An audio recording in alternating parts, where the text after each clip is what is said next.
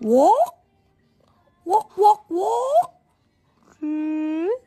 Walk, walk, walk. Walk, walk, walk.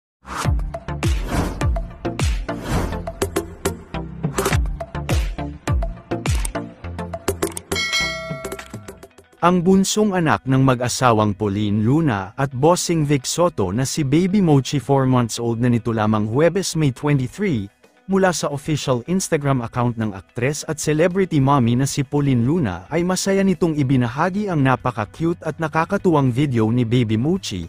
Sa video na naibahagi ay mapapanood natin si Baby Mochi na cute na nakaharap sa isang screen habang nakahawak at tinutulungan ang kanyang mommy Pauline na tila magpipindot sa isang keyboard.